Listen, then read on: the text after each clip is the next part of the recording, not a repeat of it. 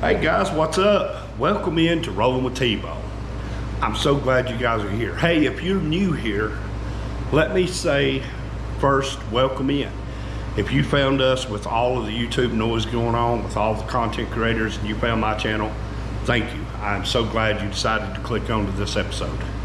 But hey, if you are new here, stick around to the end of this episode and I'll talk to you a little bit more. But for now, we've got an episode of Rolling with T-Bone about to start. So y'all grab your favorite beverage, grab your favorite snack, sit down in your favorite spot, and let's get on with the episode.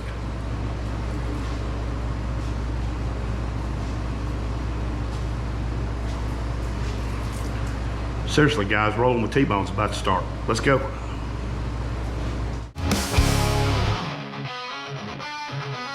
T-Bone roars like a thunderstorm blast.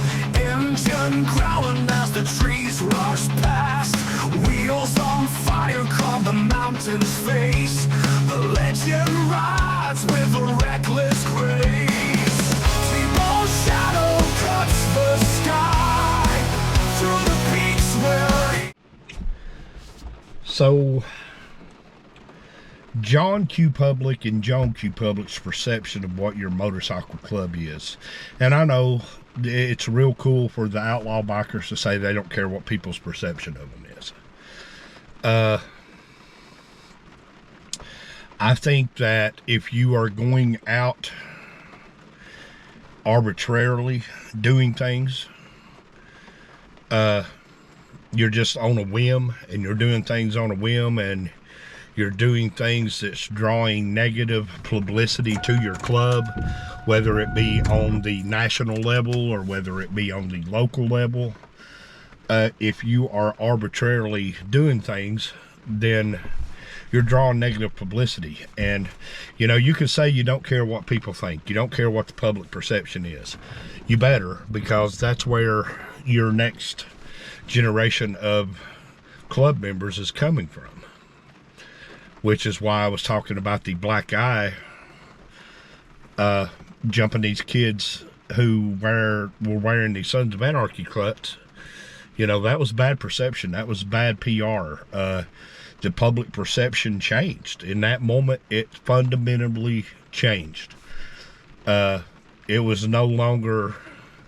Because the best you can hope for, and this again, now guys, I'm not talking from an insider perspective. I'm talking from a third person looking at the situation.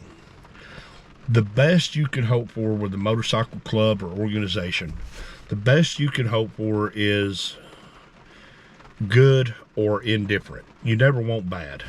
You either want a good perception or people are just indifferent. They don't care what you do as long as you don't involve them in it. That's the best you can hope for. So, and I'll tell you guys, if you've got this 20-year-old kid hanging around, 21-year-old kid hanging around, he's Gen Z. And I guarantee you, if he pulls up to your clubhouse and he's riding a $50,000 road glide or a $50,000 street glide, or he has bought him a lowrider ST and he's dumped 15 grand into it with parts, mom and dad's name are on that somewhere. And I said this in the last video I made, kind of like this one, and it bears repeating. I think it's worth repeating. A lot of times you're not going to outmoney mom and dad. You go after their kid, you're going to end up having to deal with their pocketbooks. And like I said, you're not, you know, mom and dad who are both lawyers or who are both doctors or who own their own businesses. They've got the money to fight. And that's kind of, you know, talking back about my generation, about Gen X, the perception that was put out to us was that if you go out of a club bad, they're going to beat you down, they're going to take your bike, they might even take your home, they might take your car, your truck, whatever. That turned a lot of my generation off. Because we were like, no, we're not going to adhere by that, because that just is stupid. I hate to say it that way, but really that's the only way I can say it. That's just dumb. Just because you might get jealous and put me out of your club bad, then that gives you carte blanche to come and take all my stuff. No, that dog won't hunt. So that's what turned a lot of Gen X off. And again, I'm not broad brushing the entire generation. I'm just broad brushing what I have noticed. Because the perception that we were fed by Hollywood, the machine, was that, you know, it was just bikes and brotherhood and booty and partying and meeting different women, and the perception and the reality were two totally different worlds. So when you look at all of those things and you take them into account, you take it into account that you're no longer talking to people who look at your club and go, oh man, I want to be in that. They're looking at it from the vantage point of they have already been introduced to your club, probably in a negative way by negative news coverage of some sort, or by some, you know, History Channel show or Gangland or whatever. You really have to start caring what public perception of you is, if your club is going to repopulate and keep going in the future, if it's going to evolve and keep going. And I've talked to some people, guys, in clubs that they almost seem to me that they don't give it a care. They don't care if it dies after they leave it or not, which goes a lot to show you that the brotherhood maybe not the brotherhood that they're touting to everyone. You know, it's always about me, me, me. And one of the bad parts about public perception is once you put something out there now, and like I said, it's in the news every day, guys. Hollywood over at Insane Throttle and BD, they're sharing this stuff on the daily. You know, people are getting blown off their motorcycles. Shootouts are happening. Federal authorities use RICO and take down 25 members of a motorcycle club, and they're getting accused of being organized crime and gangs. That's a bad perception. And then in the 90s, the only thing I saw that was being done to try to change the perception was, you know, we're dressing up as Santa Claus and we're doing Toys for Tots. Well, that looked good in the public, but it did look good to the cop who had been trailing you for 2 years. And man, what a change came from that time, guys. I mean, clubs were infiltrated by federal authorities.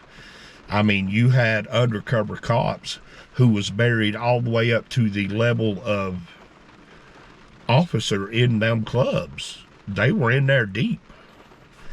So the perception then began to change about what was acceptable, what you stood for, what it was all about, and what you really cared about in the end. That all began to change.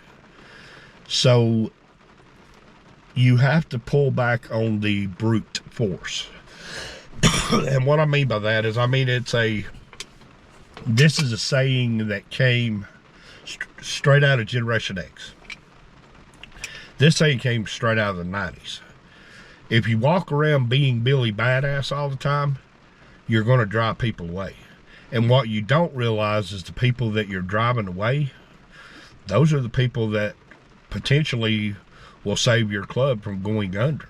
Now, I know, again, like I said, I'm not trying to broad brush this. I know there are people out there who care about their clubs and they don't want to see their clubs fold up and go under. Just like I know by just listening to people talk, there's people out there who don't care less. Either way, whether it stays or it goes.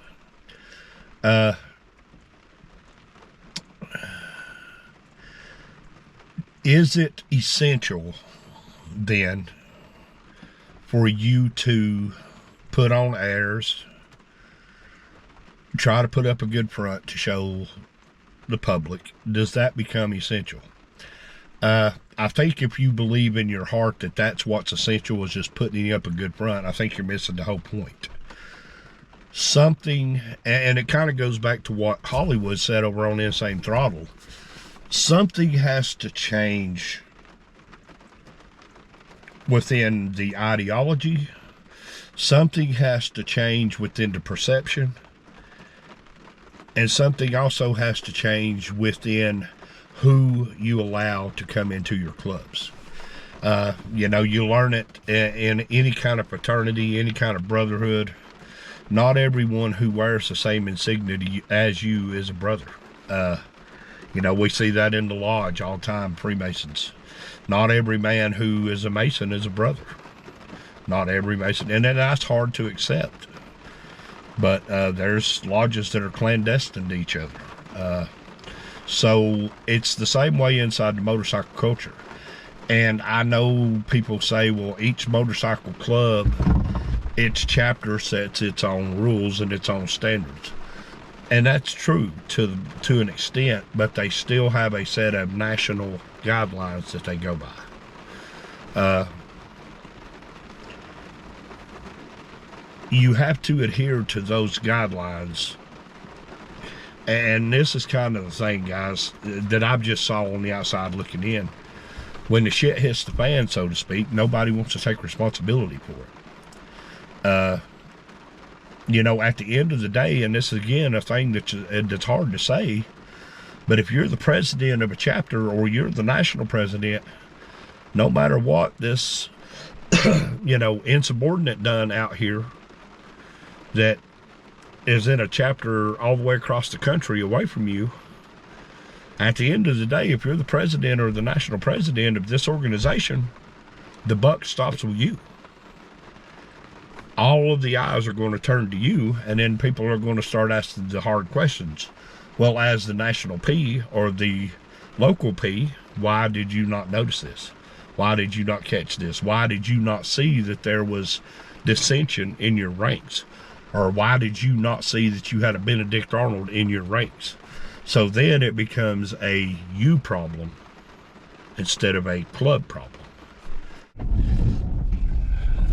So you may be out there saying, well, T-Bone, you're doing a lot of talking about perception and the way things should be and the way things are and the way things are going to be. Why don't you do something about it? Why don't you join a club and try to fix them? There's a honest answer to that, and the honest answer is I learned something about myself when I was a very young man, and I touched on this in that other video. I learned about myself very quickly that I was not 1%er material. I was not cut from that cloth. I did not agree with that ideology, nor did I agree with the way they did things. So I learned very quickly that I was not cut from that cloth. And now I'm not sitting here talking neither, guys, about things that are detrimental to motorcycle culture, motorcycle club culture. But I also can't be the guy who sits here with the good news of it's going to get better, because, and listen guys, this is the thing. Whether you agree with the motorcycle club culture or whether you disagree with the motorcycle club culture, you have to acknowledge just how important that culture is to not just the motorcycle culture, but to all culture. Man, the motorcycle culture is so interwoven into our society. I mean, you're going back all the way, guys, to World War II. You're running back 80 decades, 80 years.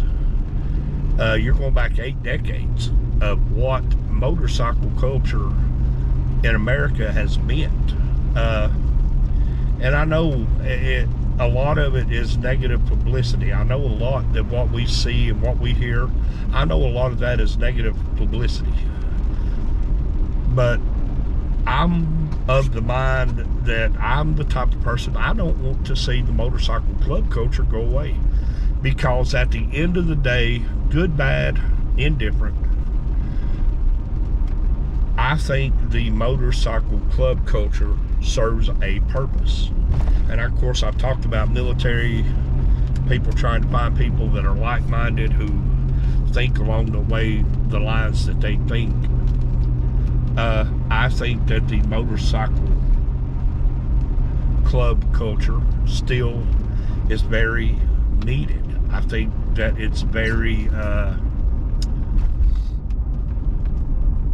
I think that although there are a lot of cons, there are a lot of negatives, I think that there's still a lot of positives too. Brotherhood, finding people that are like-minded, finding people that are willing to help you when nobody else even cares whether you live or die. Those are things that exist, like within the combat vets and the Nom-Nights and, you know, other organizations like that. I don't want to see the motorcycle club culture, even the 1%er and the outlaw, because, you know, you think about that, guys. You go all the way back to Marlon Brando in The Wild One, the very first Hollywood production that had to do with motorcycles. When the girl asked Johnny, "Hey Johnny, what are you rebelling against?" And he now says the most infamous line in motorcycle movie history, when he says, "What do you got? What you got? What are you rebelling against?" He says, "Well, what do you got?" We always have this romanticized ideal of the biker and the cowboy on his horse and the biker on his bike riding across the prairie, you know, living free, riding free, being free, being a little bit too wild to control, but not being completely out of control. And that itself, guys, is so interwoven into our history, into who we are as a country. Yeah, I don't want to see that go away. I don't want to see that just up and disappear.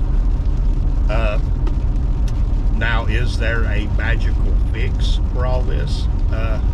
Man, I would love to be able to sit here and say, well, you can do X, Y, and Z and, you know, make everything better. You know, kind of along the lines of what Hollywood was saying, has too much damage been done? Has things gone too far? You know, have the wrong people been in charge for too long? Certainly, you know, you can make the argument of yes, things have went the wrong way for too long. But I think for club culture, motorcycle club culture, to evolve and grow, you got to pull back on the rhetoric. You got to pull back on the Billy Badass. You got to pull back on the mandatory. You got to pull back, and you've got to be a little bit more choosy and picky about who you let into your organizations. This letting people in just to boast numbers. Every instance that I've seen of that in research shows that it backfired badly every time. You know, used to, you were the best of the best. The 1%er who got into the outlaw club, you know, he had to go through a vetting process. You know, sometimes a year hang around. You had to hang around for a year. And then sometimes you could prospect for 3, 4, 5 years before you ever got a patch. So I think the vetting process has went away because of wanting to boost your numbers. And, you know, sadly, you hate to say it, but the quality of the members goes down. Quantity, you lose quality. And, you know, outside looking in as a third person perspective, I think I would rather have quality over quantity, because, you know, if I've got a guy riding 6 inches behind me, 6 inches beside me, and 6 inches in front of me, I want to know that those 3 guys have my best, you know, they have best intentions for me. I guess is what I'm trying to say on that. But is there a simple fix? No, I don't think there is. I think it's going to take a lot of work, and I think it's going to take outside influences coming in and helping. All right, guys, I know this video is kind of all over the place. I'm shooting it at different times, but that may be what it is going forward for a little bit, just randomness.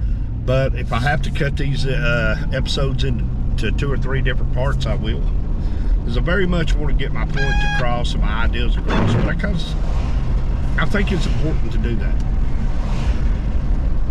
But I know I'm going to get a lot of pushback for what I'm about to say. But just hear me out before you jump in my comments and attack me. I feel like, as important as the club culture is, I feel very strongly that it is not my responsibility to change the public's perception about your club. But T-Bone, you're talking all this good stuff about motorcycle club culture. Yeah, but at the end of the day, I'm not a member of your organization. Yes, I can tout the good things that you do. But at the end of the day, it's not my job to change people's perception about your club. Because the biggest reason being, I'm not in your club and I don't know what your actual, I don't know what you actually stand for or don't stand for. I have a perception of it, but I don't have a clear cut. I know that this group A stands for this, this, and this. So it's not my responsibility being it, because I've been attacked verbally on my motorcycle just for being on a motorcycle, and I got attacked because of what the motorcycle club culture has done to the culture. And I've mentioned this in videos before where they, I don't care what kind of vest you were wearing, I don't care what kind of cut, what kind of patch. If there were 4 or more of you came into the southeast and you were riding motorcycles, you were automatically a member of the Hells Angels. Oh God, the Hells Angels are coming to town. It's the Hells, and I've been called the Hells Angels. I've been, what motorcycle club you want to have Hells Angels? Dude, I don't even belong to a club. But that's the perception that the average, everyday, 99% motorcycle rider has to try to live down, is the broad brush perspective of the motorcycle club culture. Not every guy on a motorcycle is in a club. And not every guy in a club is in the Hells Angels. So perception breeds either contempt that you're there, or perception breeds relief that you're there. There's a yin and a yang, there's a head and tails to every coin. So your job then, whether it be, and guys, if these videos get too long, I'll just cut them in half and I'll make 2 episodes. But your perception, because I really want to get these thoughts out, your perception of your club, I believe directly is your responsibility. Now, not being in the club, now if you're in the motorcycle club culture, I believe that you should try to give some kind of good perception about every kind of motorcycle club. But if you're not in that world, then it's not my responsibility to make people see your club in a certain kind of light. All I can do at the end of the day is just cover my own butt and hope I don't give them a bad perception about who I am. So, and I've heard this said, well, the national is not in charge of what the local clubs do. Well, at the same time, the guy out here, Joe Blow, who's just riding his motorcycle, he's not responsible for the perception of what the motorcycle club is, especially if he's not in that world. And I've never sat here and said I'm a Hells Angel, I'm an outlaw, I'm a pagan, I'm a this, I'm a that. I'm just a guy who rides his motorcycle. Again, to repeat it, I learned years ago at a very young age that I was not 1% material. And that was a pretty cool thing that I learned about myself. And someday I may share that, about what that was that caused me to realize that I was not from that world. So I think so far in this video, I have tried to say to you that perception is important. The way you are perceived in the public, by the public eye, by what they see you do day in, day out, it is important. Because at the end of the day, it will directly affect how your club is perceived. And I'm telling you guys, like I said, Florida is not playing with bikers. If you've got a bad image, they're on it. They're all over you right now. They're not playing no kind of games with motorcycle clubs. All right, guys, so that was tonight's episode of Rolling with T-Bone. I hope y'all enjoyed it. If you're new here, I asked you if you would to stick around to the end of this episode, and I'd talk to you again. Guys, what I would like for you to do from here is go backwards. Don't hit the subscribe button just yet, because I'm not for everyone, and I understand that. But what I would like for you to do, guys, I have over 5 years, over 400 episodes worth of Rolling with T-Bone for you to check out. You might even find an episode that's right for you. Then if you like what you see, you think we might be right for you, consider hitting the subscribe button and becoming a part of the Rolling with T-Bone crew. We would love to have you here. But guys, to the old ones who are here, to the OGs, I love you. Y'all are the reason I keep doing this. Guys, until the next time though, I got work to do. So y'all remember, like, share, comment, go backwards, watch, and subscribe. Guys, until the next time, take care of yourselves, take care of each other, and as always, thank you for watching.